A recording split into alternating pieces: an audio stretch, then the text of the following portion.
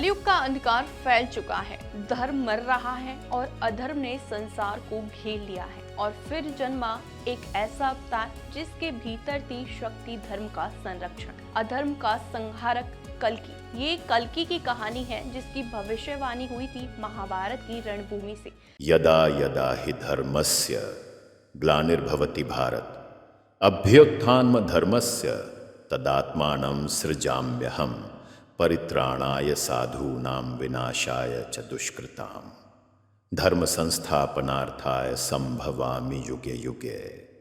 कृष्ण के जाने के बाद कलयुग की शुरुआत तो हो चुकी थी। शुरुआत में सब कुछ सामान्य सा था, नए सिटी बन रहे थे, व्यापार बढ़ रहा था और दुनिया पहले से कहीं ज्यादा चमकदार नजर आने लगी। लेकिन धीरे धीरे ये चमक फीकी पड़ने लगी। जिस विज्ञान को इंसान की सुविधा के लिए बनाया गया, अब वही उसके लिए मुसीबत बनने लगा। लोग घंटों ट्रैफिक में फंसे रहते और वहां से निकलकर स्क्रीन में खो जाते।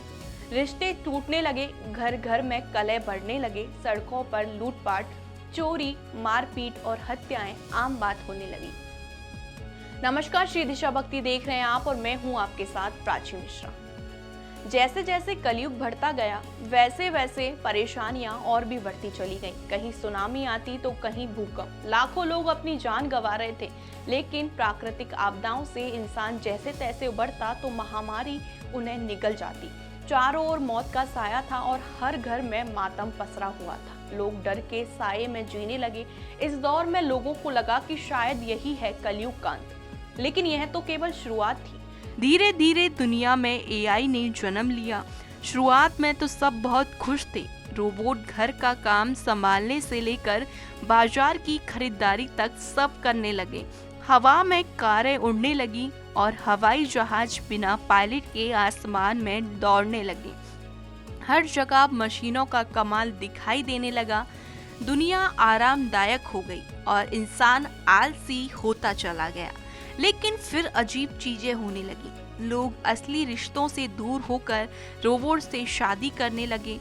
बच्चों के नाम पर रोबोट पालने लगे। धीरे धीरे इंसान असली दुनिया से, धर्म से और अपने निशानी रिश्तों से दूर भागता चला गया। अमीर और अमीर होते गए और गरीब हो गए।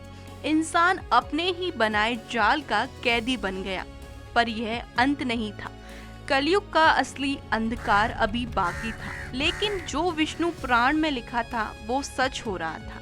समय पूरी तरह बदल गया और कलयुग अपने अंतिम चरण में आ गया। कलयुग का साया इतना भयंकर था कि कंस, रावण जैसी आत्माएं भी डर के कांप जाएं। प्रकृति ने इंसान से मुंह मोड़ लिया। हर जगह सूखा और काल था। जब कभी वर्षा होती तो वो पानी नहीं बल्कि तेजा बरसाती।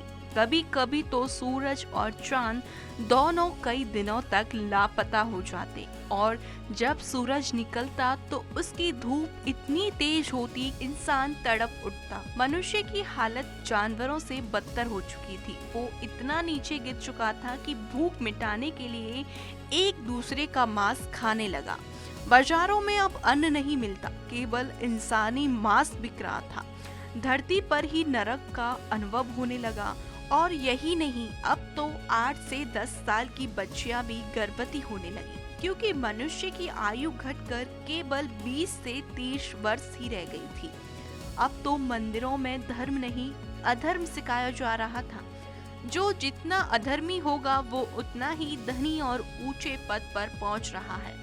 गंगा जो कभी लोगों के पाप धोती थी, आज वही गंगा खून से लाल हो चुकी थी। अब वो भी अपने प्रभु की प्रतीक्षा में थी।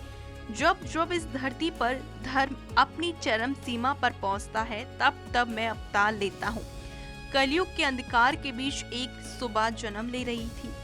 संभाला गांव जो अभी भी शांति की गोद में बसा हुआ था, जो कलयुग की सच्चाई से बिल्कुल दूर था। लोग नृत्य और संगीत में मग्न थे। यहीं रहते थे महर्षि भृगु और उनकी पत्नी, जो कि भगवान विष्णु के अनन्य भक्त थे। उन्होंने अपना जीवन धर्म और भक्ति को अर्पित कर रखा था। यह सिर्फ एक श्राप की कहानी नहीं है, बल्कि उसी पल से शुरू हुई एक ऐसी यात्रा है जिसमें भगवान को बार बार जन्म लेना पड़ा। कहानी शुरू होती है यहाँ से, जब बहुत समय पहले देवताओं और राक्षसों के बीच एक भयंकर युद्ध चल रहा था। इस युद्ध में राक्षस हार चुके थे, वे डरे हुए थे, घायल थे और अपने जीवन को बचाने के लिए इधर उधर भटक रहे थे। उन्हें एक ऐसी जगह की तलाश थी जहां उन्हें शांति मिल सके, जहां कोई उन्हें मारने न आए। आखिरकार वे पहुंचे महर्षि भृगु के आश्रम में। यह एक पवित्र स्थान था जहां कोई भेदभाव नहीं होता। जो भी शरण में आता उसकी रक्षा ही उनका नियम था। महर्षि भृगु ने राक्षसों को शरण दी। उनके लिए वे शत्रु नहीं बल्कि पीड़ित जीव थी। लेकिन जब यह बात देवताओं तक पहुंची तो वो क्रोधित हो गए। उन्हें ये मंजूर नहीं था कि उनके दुश्मन सुरक्षित रहें। गुस्से में आकर देवताओं ने भृगु ऋषि के आश्रम पर हमला कर दिया। जब राक्षसों की जान खतरे में पड़ी तब महर्षि भृगु की पत्नी, जो एक महान तपस्विनी और योगिनी थी, उन्होंने अपनी शक्तियों से उनकी रक्षा की। उन्होंने अपनी तपस्या के बल से राक्षसों को बचा लिया। यह देखकर देवता और भी ज्यादा क्रोधित हो गए। उन्हें लगा कि यह बात उनके नियंत्रण के बाहर जा रही है। तब उन्होंने भगवान विष्णु से मदद मांगी, जो इस सृष्टि के पालन करता है। भगवान विष्णु ने हस्तक्षेप किया, लेकिन जो हुआ उसने सबको चौंका दिया। उन्होंने राक्षसों को बचाने वाली उस तपस्विनी का ही वध कर दिया, यानी महर्षि भृगु की पत्नी का। जब महर्षि भृगु को ये पता चला तो उनका हृदय टूट गया। उनका दुख और क्रोध इतना बढ़ गया कि उन्होंने उसी क्षण भगवान विष्णु को श्राप दे दिया। उन्होंने कहा कि हे विष्णु, जिस तरह तुमने मेरी पत्नी को मारा है, उसी तरह तुम्हें भी बार बार धरती पर जन्म लेना पड़ेगा, बार बार दुख सहना पड़ेगा। और यहीं से शुरू हुआ भगवान विष्णु के अवतारों का सिलसिला। यह श्राप दिखने में तो सजा था, लेकिन असल में यह एक बड़ी योजना का हिस्सा भी था। जब जब धरती पर अधर्म बढ़ा तब तब भगवान विष्णु ने अलग अलग रूप में जन्म लिया ताकि धर्म की रक्षा कर सकें। अब बात आती है उस अंतिम अवतार की, जिसका इंतजार आज भी हम लोग कर रहे हैं, कल की अवतार। कहा जाता है कि जब कलयुग सबसे बुरे समय में होगा, जब चारों ओर अन्याय, पाप, अंधकार फैल जाएगा, तब भगवान कल्कि के रूप में जन्म लेंगे। वे कठिन तपस्या करेंगे और भगवान शिव को प्रसन्न करेंगे। शिव उन्हें एक दिव्य घोड़ा और एक तेजस्वी तलवार देंगे, जो किसी भी बुराई को खत्म कर सकती है। कल्कि का अवतार सिर्फ पूरे लोगों को खत्म करने के लिए नहीं होगा, बल्कि दुनिया को फिर से सही रास्ते पर लाने के लिए होगा। वे अधर्मी राजाओं, पाखंडी लोगों और अन्याय करने वाले लोगों का अंत करेंगे। अब जानते हैं कि आखिर कल्कि अवतार के आने के बाद क्या होगा। कल्कि अवतार का इंतजार देवता भी कर रहे हैं, साथ ही चिरंजीवी जो युगों से इस क्षण की प्रतीक्षा कर रहे हैं। आज वो भी प्रभु के दर्शन पाकर उनका भी सदियों का इंतजार पूरा हुआ। समय बीतता गया और कल्कि धीरे धीरे बड़े होने लगे, लेकिन कलयुग के अंत और अधर्म के विनाश के लिए उन्हें साधना और मार्गदर्शन की आवश्यकता थी। और तभी समय के आदेश पर एक एक कर चिरंजीवी उनके सम्मुख प्रकट होने लगे।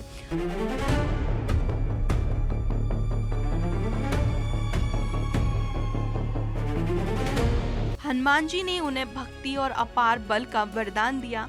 परशुराम जी ने अस्त्र विद्या में निपुण बनाकर उन्हें अद्वितीय योद्धा बनाया। अश्वत्थामा ने रणभूमि की धैर्य और सूझबूझ का पाठ पढ़ाया।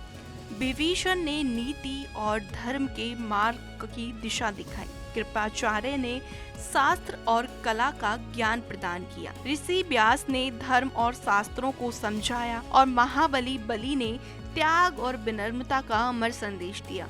इन सातों चिरंजीवियों की शिक्षा और आशीर्वाद से कल्कि केवल एक बालक नहीं, बल्कि वे भविष्य के धर्म संरक्षक, कलयुग के विनाशक बनकर उभरे। महायुद्ध का समय आ चुका था और कल्कि रणभूमि की ओर निकल पड़े।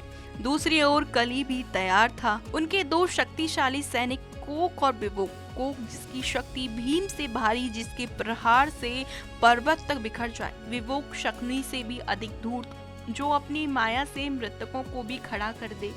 कल्कि ने सबसे पहले उन पर अपना दिव्य अस्त्र चलाया। जो उन्हें चिरंजीवियों से प्राप्त ज्ञान से मिला था।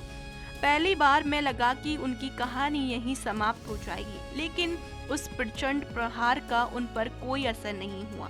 दूसरे बार पर भी कोई असर नहीं हुआ। तभी कल्कि को अश्वत्थामा का दिया ज्ञान याद आया। जब दो साए साथ हो युद्ध भूमि पर तो उन्हें अलग करो और विपरीत दिशा में फेंको। कल्कि ने वैसा ही किया।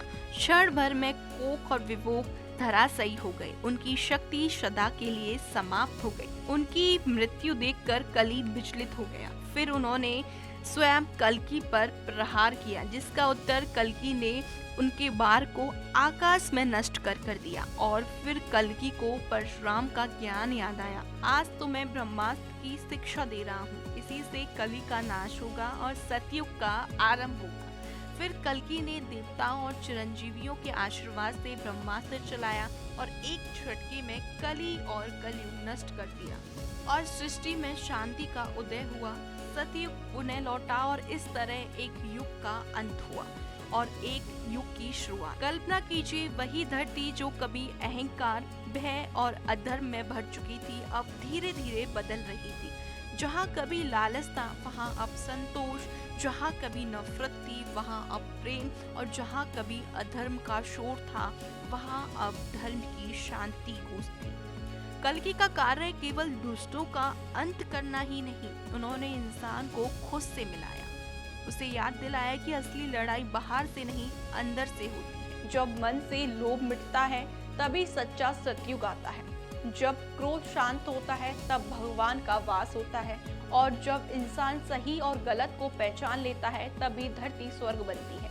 लेकिन अब सबसे बड़ा सवाल ये है कि क्या सच में कल्कि का अवतार केवल भविष्य की बात है, या फिर जो बदलाव उसकी शुरुआत में हमें खुद से करनी चाहिए? क्योंकि अगर हम अपने अंदर के कलि को खत्म कर दें तो शायद हमें कल्कि के आने का इंतजार नहीं करना पड़ेगा।